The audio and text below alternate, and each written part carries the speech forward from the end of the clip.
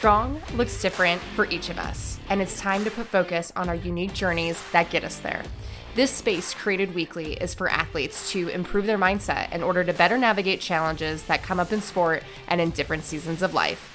On this show, we ask the questions that lead to better answers and have the conversations that truly matter. This is the Becoming Your Strong podcast. Hey, you guys, welcome back to another episode of the Becoming Your Strong podcast. I have to apologize because I told you that this week you would see a special guest return. Wait just one more week. I just got done recording the incredible guest interview episode that will release next Tuesday. So stay tuned to see who that's with and what that's all about. But this week you got me. And I am going to give you a pretty helpful look into race anxiety this week. And I hear so many people that talk about this and how to overcome this, ask questions about it. We're going to talk about it this week. But first, before we do that, let's go ahead and talk about our Becoming Strong moment of the week. This is a gal that I want to shout out. I don't think she listens to the podcast. I honestly don't even know if she knows that I have one, but that's not necessarily the point. I want to shout out Jess M from Cirrus Fitness, who competed in the bricks competition with me over the weekend. Jess is someone that I've watched over the last year or so since I have become familiar with the gym. And I've seen her grown in her confidence, her ability and desire to attack things, her strength, just her overall skills. And it's been really, really cool to watch her go all in on her athletic pursuits and just like really step into what she's capable of. And what was really cool is this last weekend we did the Bricks Championships, and Friday night was the endurance event. 90-minute time cap. It was a monster of a workout. A lot of people capped during this one. A lot of people capped. And it was just like one of those things where you had to dig deep and just keep moving in what felt like a workout that you were not moving at all, like not making any progress in. And so Jess has mentioned to me that this is not a strength of hers, that endurance is not her thing, the machines are not her thing, and this was the exact opposite of where her strengths lied. And so coming into this, she was putting a lot of pressure on herself, and Dave was actually judging her, and he could tell that she was really like kind of getting frustrated in the first part of the workout. And I had the ability to see something really special at the very end. I was ahead of the field by I think I finished 13 minutes ahead of the field. So I had the opportunity to sit down and just kind of watch what was going on. And Dave, being her judge and the sweet man that he is, literally ran the last few like runs with Jess. And so she was on the final movement before she had to go out for her last run. And she had about 5.5 minutes before it capped. She still had a few more reps of this movement and then the entire of the 1K run. And I think I heard her ask Dave, like, hey, do you think we're going to make it? And I heard him say, yeah, I don't, like, he was kind of not really sure in what would happen. And what I saw in that moment was a decision being made, was a decision to just forget it. I'm going for it. I'm going all out. Again, I don't even know if this was the conversation, but I just literally saw the flip switch and they bolted out that door, and I cheered my head off like no tomorrow, hoping that they were going to make it back in time. I saw her sprint to the finish. I swore to you, I thought that she hit that bell before the 90-minute time cap went off. I think she was a few seconds after it. But just like the ability to turn off all thoughts and tell yourself something better and to just go for it in a moment of like you're tired and there's nothing positive that feels like it's going on for you because you're in that space of just ugh. And she was able to just pull past that and go all out and left nothing out there, or left everything out there, I should say. And it was just really cool to watch. And I think that that was a great moment to exemplify strength, because it's hard to push past those thoughts of what if I can't? What is this even worth it? And she did that. And she continued to do that throughout the entire weekend. So I don't know if this will get passed along to Jess at any point in time. But I just was really impressed with her efforts. And I wanted to give her a huge shout out that she's got a lot of amazing things to come in her future if she continues to do things like that. So that is just something that I wanted to do. And that leads into the podcast for this week. Is I love getting to record episodes after race weekends because there's always some sort of incredible message or lesson that comes from them. And this past weekend was nothing short of that. It was pretty awesome to become a repeat Bricks champion. I won last year, won again this year. And I could talk about the different components that led to the victory, but I actually wanted to talk about what almost kept me from it. And that was race anxiety. And I didn't even actually quite know that I was having it in the moment until I really looked back at just the weekend and reflected on it. And when I came to that realization, I was like, I think that this would be incredibly helpful for the listeners because everyone has differing levels of this. Everyone does. For some, it's more of like just those excitement nerves that you get before a race. Maybe there's like some slight concerns around like, I don't know how this is going to go, but I'm going to try. But then there's the other side where it's like full on anxiety. You can't eat. Your body goes into shock. You're cold. You're shaking. You might feel like you pass out. I've been there before. It's been a long while since I've been there, but I grew up competing. I grew up as a competitive dancer, and I remember when I would get so sick just from performance anxiety that I wouldn't eat, I would shake, I would hide in the bathroom. I felt like I was going to throw up. Like, it was terrible. So we all have those differing levels of experiences. And sometimes like we'll get them for some races and then we'll not get it for others, right? It's based off our perspective of things. This weekend, I experienced a mild case of it, but that case, just what I went through, still came with a lot of applicability to those that listen to this podcast. So I wanted to share the behind the scenes of the situation and just overall how I dealt with it. So to set the stage for this was my birthday weekend. It was on Saturday. And so I competed the night before on that Friday night. Wasn't really nervous then because it was just such a long workout that you had so long to settle into it. And out of all 4 of the workouts, it was honestly the one that I felt the most confident in that I would do really well just because of how I trained. Like 60 to 90 minute aerobic sessions where I'm just in that zone 2, grinding away. Like, I'm not unfamiliar to this type of work. And so this felt pretty comfy to me. So I felt fine. Going into my birthday, there was good vibes. Dave was really sweet in the morning. I got to go and support my girlfriend, Olivia, who's also one of my clients, my race partner. She was at a wedding the night before, so had to do the endurance event we did on Friday night on Saturday morning. Shout out to her. That was really hard to do. But so we got up early. We went to support her as she did that because no one should have had to do that workout alone. No way in hell.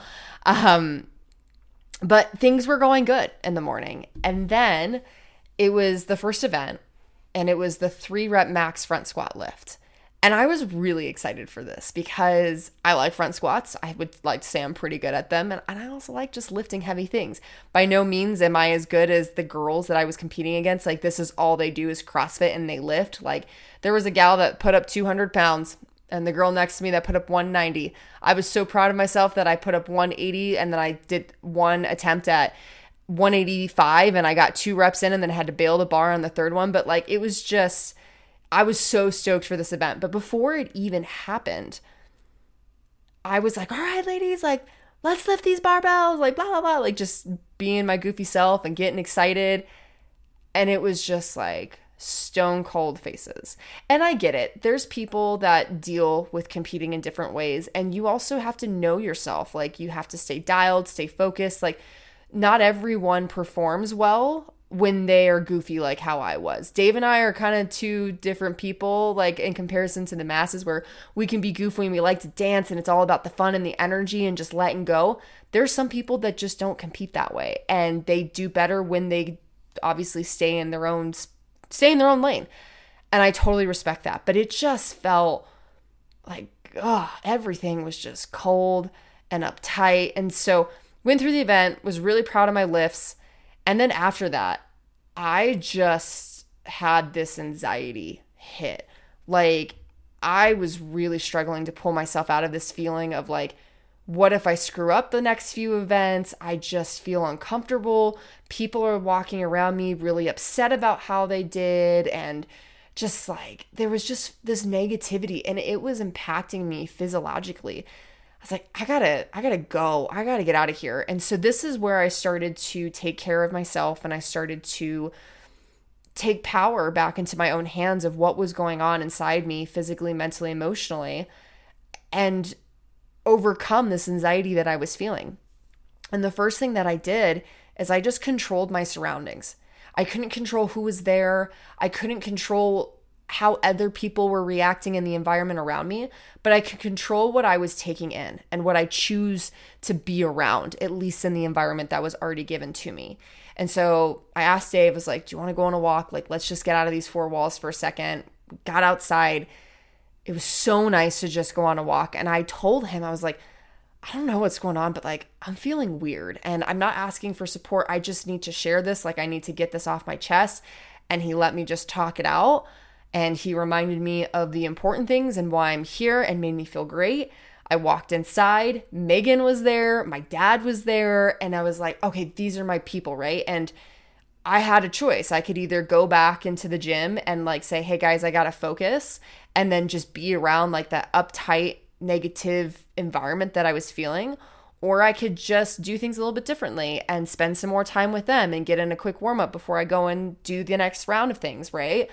It was like I had to really adapt in the moment, but I did know that the best thing that I could do was control what it was that I was choosing to take in that moment. And so I chose the latter. I chose to be with my people. And then I knew when it was about 20 minutes before my event, hey, I feel good. I need to just go get myself mentally and physically in that right spot. And I will hear you guys when I'm out there on the start line, right?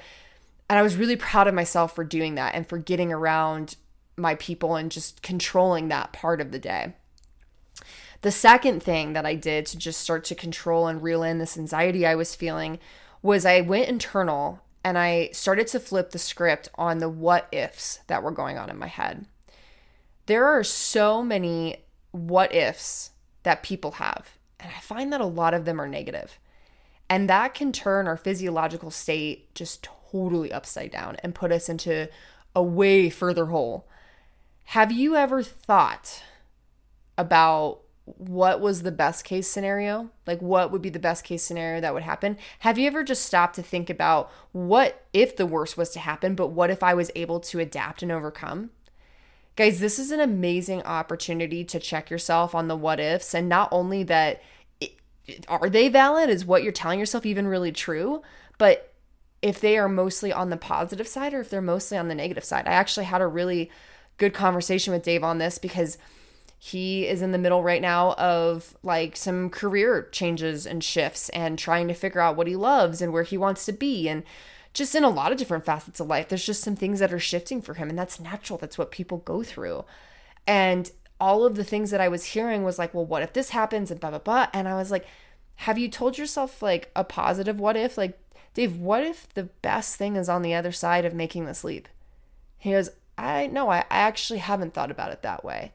And this isn't like a chance or an opportunity to just be like overly optimistic and be thinking of things that are unrealistic. Like, this is just a chance to actually get yourself to the starting line to take your first step before the gun even goes off, right?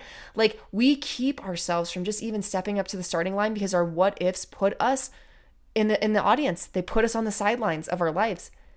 What if we just flipped it a little bit? Yeah, this is going to be hard, but like, what if I was able to get to that point in the race and show myself that I can? Like, what if I have an absolutely amazing day? What if I happen to fall over the box, but what if I get back up and still set a PR? Guys, the amount of times that I've heard people in DECA that said the first part of my race was like so bad, and then I was able to pull it together and stay calm and do the thing so well and get a PR. Like, I've heard that not just in DECA, but in so many other facets. Like, things are not always going to be perfect, and that's okay. But what we can at least control is the what ifs that are going on in our head. And this, again, it's not about the what ifs, like, what if everything goes perfectly?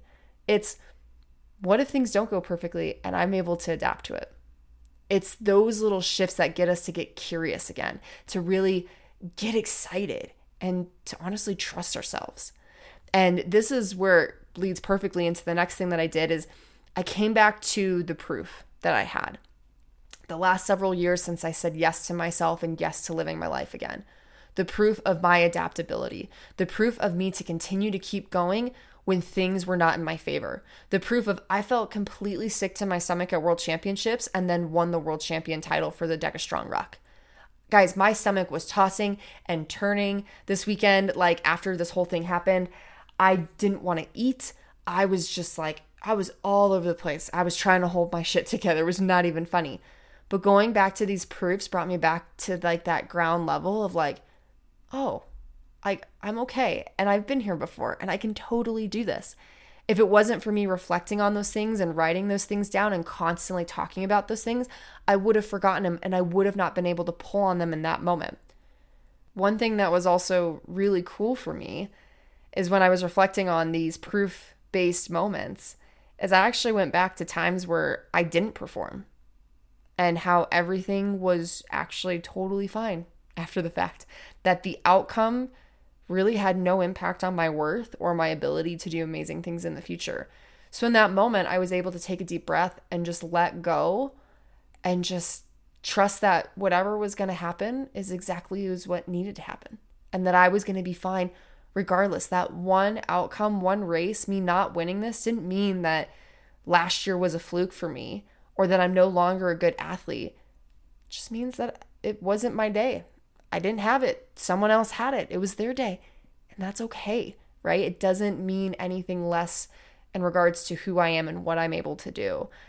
And so that was a really powerful moment for me. The last thing that I did, and I think this is where I want to hang my hat on everything, especially if you experience race anxiety, is I saw the challenge as the opportunity. There was a moment where I was reflecting with Dave on how I was feeling. And I was telling him, you know what's really interesting is I have this fleeing feeling right now that I just want to like get out of here. Like I just want the day to be done. I want to close my eyes and just to be over in a snap. And I think I'm realizing that because I've never been hunted. Like I have always been the hunter, going after people, chasing podiums, doing the thing. In this series, it's been the exact opposite. I'm the hunted. And I don't have a lot of experience here and I don't know how to react to it. And I think that's also partly what's giving me anxiety is I have all these girls that are gunning for me and trying to beat me. And I'm taking as maybe they're, not being friendly or it's rubbing me the wrong way when quite honestly, like they have a reason. They want to win. They want to do well.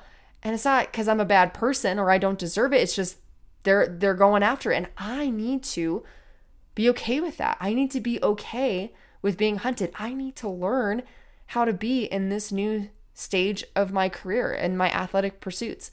And so I was like, you know what, as much as I want to flee, I need to just be right here. I just need to be right here in this moment, totally uncomfortable with people hunting after me. And he nodded his head and was like, yeah, I love that. Like, I think that that's great. And so guys, whatever it might be, for me, it was that, right? Realizing that I needed to learn how to be hunted and not just be the role of the hunter. It might be just merely dealing with anxiety and being able to perform. See this challenge as the opportunity. If you do this, then this will be your outcome in the future. This is where it will lead, is in a positive direction for you to become more and be better. Just that simple flip allowed for me to genuinely enjoy the last few events of the day. Like I got up on the ninja agility stuff and I crushed it, got the fastest time of the day, and I had such a blast doing it, just being totally me while I'm racing and having a great time and cheering other people on while they're racing next to me. And then getting to have the moment, I told myself, I want to have a moment in this Linda workout where I go there and I sell out and I just feel so good about it. And I got to have that. And it gives me goosebumps. I think about like how many times I got to smile during that workout of just being like, I'm hurting and this sucks, but like, frick yeah, I'm doing this and I'm doing this for me and I'm doing this in the way that's so authentic to me. Like, it was just so cool to see how the thing that was challenging the most became my opportunity and honestly became the joy at the end of the day. And here's where I ultimately want to leave you today. If you struggle with race anxiety, remember that you have all of the power. Anxiety is a perspective. It is not a reality. So, in all honesty, you are the only one who can address it. Stop giving power to external influences to fix it for you, and go internal to rewrite the script on the voice that truly matters. Thank you guys so much for tuning in today. I hope that this episode truly helps. Be sure to forward this along to friends and family that need to hear these messages, and share to social media if, of course, possible. I'm so excited for you guys to listen for the episode next week. I am not going to tell you who it is or what it's about, but I'm going to say you're going to want to be here at this time because it is going to be amazing. All right, guys, I'll see you then.